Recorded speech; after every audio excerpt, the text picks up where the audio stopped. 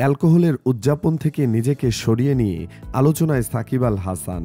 Minor cricket লিগের 2025 মৌসুমে champions হয়েছে সাকিব আল হাসানের দল আটলান্টা ফায়ার।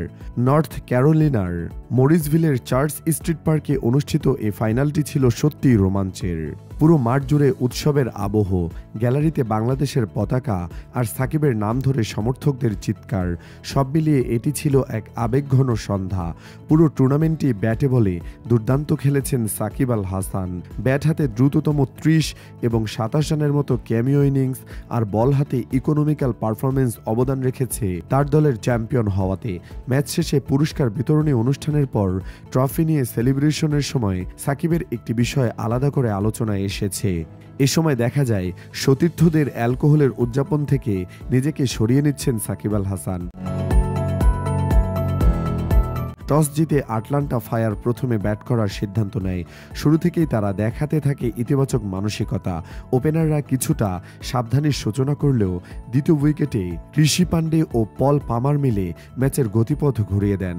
পান্ডে 49 বলে ঝড়ো 66 রান করে দলের ভিত্তি গড়ে দেন, আর তার সঙ্গে পামরাও সঠিক সময়ে স্ট্রাইক রোটেট করে স্কোরবোর্ড সচল রাখেন। শেষ পর্যন্ত আটলান্টা ফায়ার নির্ধারিত 20 ওভারে 175 রানের এক শক্তপোক্ত সংগ্রহ দাঁড় করায়। এই রানটা ছিল ফাইনাল ম্যাচে প্রতিপক্ষকে চাপে ফেলার মতো। তবে আসল গল্পটা শুরু হয় বোলিং ইনিংসে।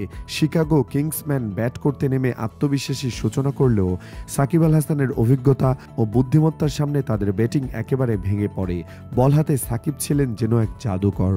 প্রতিটি ডেলিভারিতে ছিল কৌশল, ধার আর নিখুঁত লাইন লেংথ। তিনি মাত্র 6 রান দিয়ে 3টি গুরুত্বপূর্ণ উইকেট তুলে নেন, যা ম্যাচের মোড় ঘুরিয়ে দেয়। তার সঙ্গে সহযোদ্ধা আনুশ প্যাটেলও ছিলেন অসাধারণ। 13 রান খরচায় 4টি উইকেট নিয়ে প্রতিপক্ষকে ছিন্নভিন্ন করে দেন। ফায়ারের ফিল্ডাররাও ছিলেন তীক্ষ্ণ ও প্রাণবন্ত। প্রতিটি ক্যাচ, প্রতিটি রান বাঁচানো ছিল আত্মত্যাগের ছাপ। একসময় মনে হচ্ছিল কিংসম্যান হয়তো ম্যাচে ফিরবে, কিন্তু সাকিবের স্পেলই শেষ পর্যন্ত তাদের আশা ভেঙে দেয়। উইকেটে পতন ধারাবাহিকতায় তারা বড় সংগ্রহ করতে ব্যর্থ হয়, আর ম্যাচের নিয়ন্ত্রণ সম্পূর্ণ চলে যায় আটলান্টার হাতে। শেষ ওভার শেষে মাঠে তখন উৎসবের রং। সতীর্থদের কোলে ভেসে সাকিব আল হাসান উল্লাসে মেতে উঠলেন। এ যেন আন্তর্জাতিক মঞ্চের পুরনো দিনের সাকিবকে ফিরিয়ে আনে। চোখ মুখে আত্মতৃপ্তি, দলের প্রতি গর্ব আর নিজের নেতৃত্বের সাফল্য, সব মিলিয়ে এটি ছিল তার আরেকটি সোনালী অধ্যায়। আটলান্টা ফায়ারের এই জয়ে শুধু একটি দল নয়, একসাথে জিতেছে বাংলাদেশের ক্রিকেট ভাবমূর্তিও।